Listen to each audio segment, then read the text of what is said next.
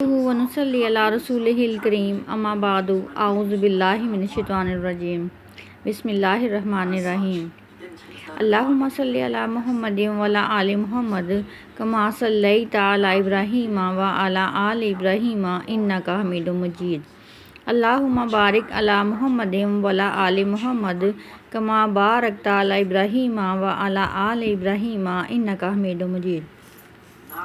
ہمارا آج کے گفتگو کا موضوع ہے سورہ یونس۔ سورہ یونس کے مضامین سے واقفیت حاصل کریں گے۔ یہ قرآن پاک کی 10ویں سورہ ہے، مکی سورہ ہے۔ اس کی 109 آیتیں اور 10 رکوع ہیں۔ سورہ فاتحہ میں اللہ تعالیٰ نے سلسلہ کلام باندھا اور ہر سورہ کے پڑھنے کے فوائد بتائے ہیں۔ جیسے سورہ فاتحہ میں روحانی دعا کرنے کے فوائد بتائے گئے ہیں کہ اللہ تعالیٰ کے دامن سے وابستہ ہو جاؤ اور ہدایت یافتہ لوگوں سے تعلق رکھو۔ جو تو ہدایت یافتہ ہیں ان کے ساتھ رہنے سے تم بھی ہدایت پا جاؤ گے۔ سورہ بقرہ میں انسان کو انسانیت کی معراج پر فائز کیا گیا کہ پھر اس کے بعد انسان نفس سے نکل کر معرفت الہی پر فائز ہو سکے گا، تو سورہ آل عمران اس کو وضاحت کے لیے آ گئی۔ اب معاشرت کا حکم ہو گیا، پھر سورۃ النساء آ گئی۔ عورتوں سے شادی، پھر فیملی سٹرکچر، یہ سارا خاندان تشکیل پانے کی سلسلے میں سورہ مائدہ نازل ہوئی۔ پھر سورہ مائدہ نازل ہوئی تو یہ فیصلہ کرنا تھا کہ آیا کیا چیز حلال ہے اور کیا حرام ہے، تو سورہ انعام نازل کر دی گئی کہ یہ فلاں چیز حلال ہے، اسے کھاؤ اور حرام سے بچ جاؤ۔ فضیلت کا کام کرو کہ نعمتوں کے دینے والے کا حق ادا کرو۔ پھر سورہ اعراف آ گئی اور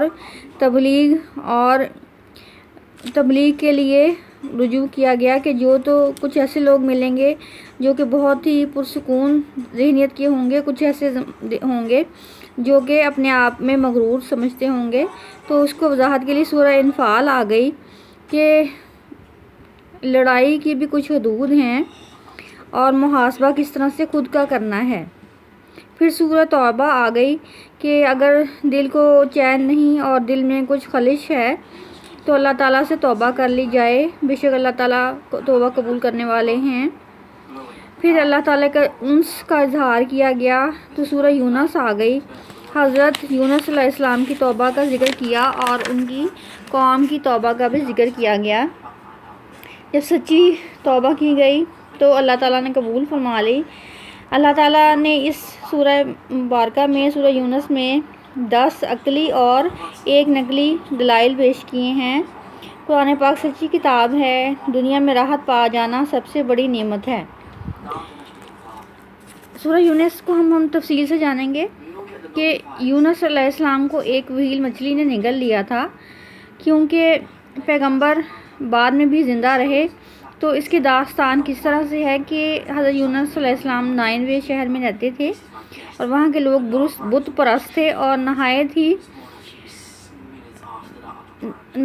ہی حالات میں زندگی گزار رہے تھے جو کہ شرم و حیا سے عاری تھی، اور ان لوگوں کو ایک سچے مالک کے بارے میں بتانے کے لیے اللہ تعالیٰ نے یونس علیہ السلام کو پیغمبر بنا کر نائنوے بھیجا اور لوگوں کو سمجھایا کہ تمہیں صرف اللہ تعالیٰ پر یقین کرنا ہے اور اس کا حکم ماننا چاہیے۔ انہوں نے لوگوں سے کہا وگرنہ تمہیں خطرناک سزا ملے گی، کیونکہ یونس علیہ السلام کی آمد سے پہلے بھی دیگر انبیاء تشریف لے کر آئے تھے اور ان کی قوموں کو بھی عذاب دیا گیا تھا۔ چنانچہ انہوں نے اپنی قوم کو بھی عذاب سے آگاہ کر دیا تھا کہ کوئی بھی اللہ تعالیٰ کے سوا کسی کو شریک نہ کرے، مگر لوگوں نے یہ جواب دیا کہ ہم تو اسی طرح سے برسوں سے عبادت کرتے آئے ہیں، ہمارے آباء و اجداد بھی اسی طرح سے عبادت کرتے تھے اور ہمیں کوئی نقصان نہیں ہوا۔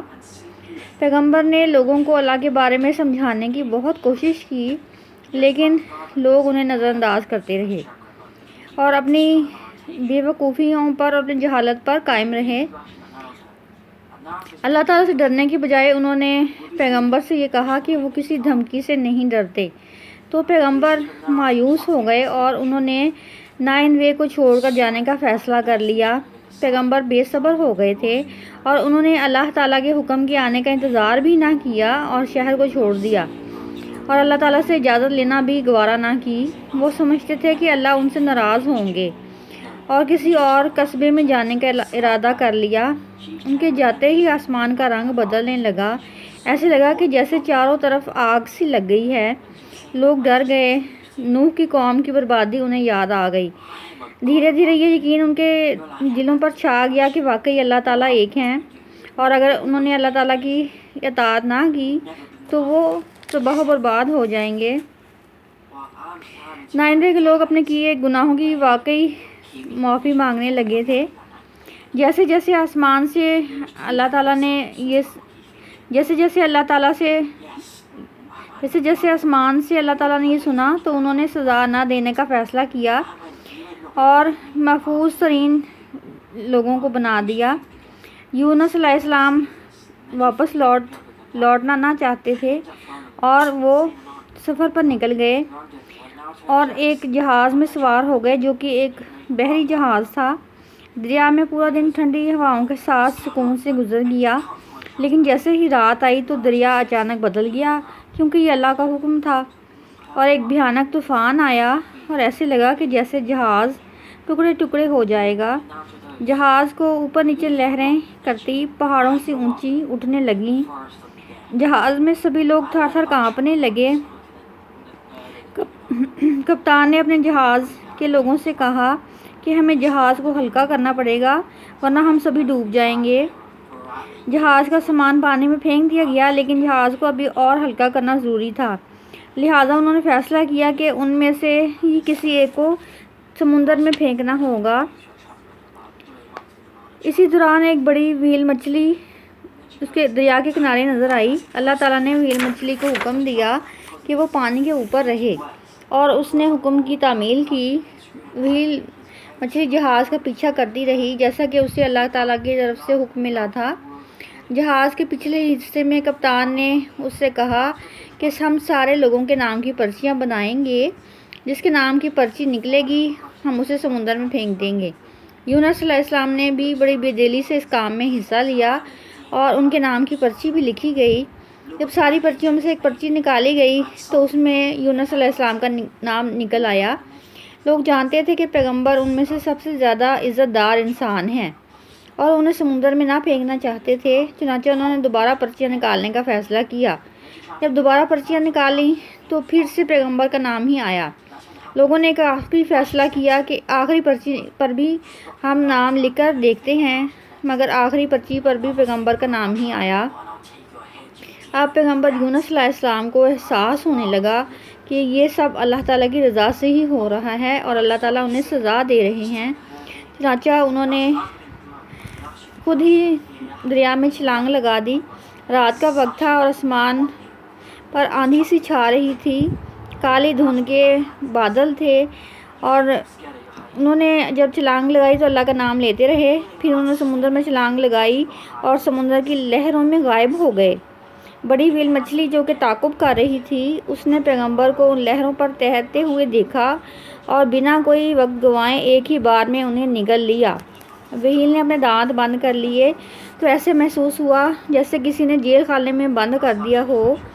پھر مچھلی نے سمندر کی تہہ کی طرف غوطہ لگایا۔ پہل تو حضرت یونس علیہ السلام کو احساس ہو رہا تھا کہ جیسے وہ وفات پا چکے ہیں، مگر کچھ ہی دیر بعد ان کو لگا کہ وہ ابھی زندہ ہیں کیونکہ ان کا جسم حرکت کر رہا تھا اور ان کو سانس بھی آ رہا تھا۔ چنانچہ اب وہ مچھلی کے پیٹ میں اکیلے تھے اور اکیلے میں انہوں نے سوچنا شروع کیا کہ آیا ان سے کہاں غلطی ہوئی ہے اور کیا واقعی انہیں اللہ تعالیٰ کی اجازت کے بنا آ جانا چاہیے تھا۔ اور انہوں نے لگاتار لوگوں کو سمجھایا مگر لوگ اللہ تعالیٰ کی راہ پر نہیں آئے تھے۔ اب مایوسی میں پیغمبر نے پورے دل سے اللہ تعالیٰ کو یاد کرنا شروع کر دیا کہ یا اللہ، تیرے سوا کوئی اور مالک نہیں، صرف تیری ہی عبادت اور عزت کرتا ہوں۔ اور انہیں اپنے کیے پر پچھتاوا ہونے لگا اور انہوں نے اللہ تعالیٰ سے سچے دل سے معافی مانگی کہ اللہ تو ہی میری مدد کر سکتا ہے، اگر اللہ تو میری مدد نہیں کرے گا تو میں ہمیشہ کے لیے کھو جاؤں گا۔ پیغمبر مسلسل اللہ تعالیٰ سے دعائیں مانگتے رہے اور مسلسل پچھتاتے رہے۔ وہیل مچھلی جس نے کہ حضرت یونس علیہ السلام کو نگل لیا تھا، وہ بھی پیغمبر کی عبادت کی آوازیں سنتی رہی اور دیگر مچھلیاں بھی آوازیں سنتی رہیں۔ چونکہ وہیل کی مچھلی کے پیٹ سے آواز آ رہی تھی تو چنانچہ وہیل کے ارد گرد بھی سب مچھلیاں اکٹھی ہو گئیں اور اپنی اپنی زبان میں اللہ سے دعا مانگنے لگیں۔ وہ وہیل مچھلی اب تک وہی کر رہی تھی جو اللہ تعالیٰ نے اس کو حکم دیا تھا۔ پھر اللہ تعالیٰ نے پیغمبر کی توبہ قبول کر لی اور مچھلی کو حکم دیا کہ وہ حضرت یونس علیہ السلام کو باہر نکال دے۔ چنانچہ جب اللہ تعالیٰ نے مچھلی کو حکم دیا تو وہ مچھلی نے سمندر کے کنارے آ کر سنسان جزیرے کی طرف حضرت یونس علیہ السلام کو اپنے منہ سے باہر اگل دیا۔ مسلسل کئی عرصے تک مچھلی کے جسم میں رہنے سے حضرت یونس علیہ السلام کا جسم سوج گیا تھا۔ جب سورج اگا تو ان کے پورے جسم میں جلن ہو رہی تھی، وہ چیخنا چاہ رہے تھے کیونکہ وہ درد کو کب تک سہتے، مگر اس دوران بھی وہ مسلسل اللہ کی عبادت کرتے رہے۔ جب وہ اللہ کو یاد کر رہے تھے تو اللہ تعالیٰ نے ان کے لیے کدو کا درخت اگا دیا، پیغمبر کو سورج کی تیز روشنی سے بچانے کے لیے، اور ساتھ ہی فائدہ مند پھل بھی دیے۔ دھیرے دھیرے انہوں نے اپنی طاقت پھر سے حاصل کر لی اور نائنوے واپس جانے کا راستہ بھی ڈھونڈ نکالا۔ پھر اس جگہ پر آئے تو انہوں نے بہت بدلاؤ دیکھا تو بہت خوش ہوئے، کیونکہ نائنوے کی پوری آبادی نے ان کا خیر مقدم کیا اور ان کا استقبال کیا۔ کیونکہ ان لوگوں نے اللہ تعالیٰ سے معافی مانگ لی تھی، اس لیے اللہ تعالیٰ نے ان کی بستی کو نہیں اجاڑا تھا، اور ان لوگوں نے کہا کہ ہم صرف اللہ کی عبادت کرتے ہیں اور وہی سچے مالک ہیں۔ یہ سن کر پیغمبر یونس علیہ السلام بہت خوش ہوئے اور مسلسل اللہ تعالیٰ کا شکر ادا کرتے رہے۔ وآخر دعوانا ان الحمد للہ رب العالمین۔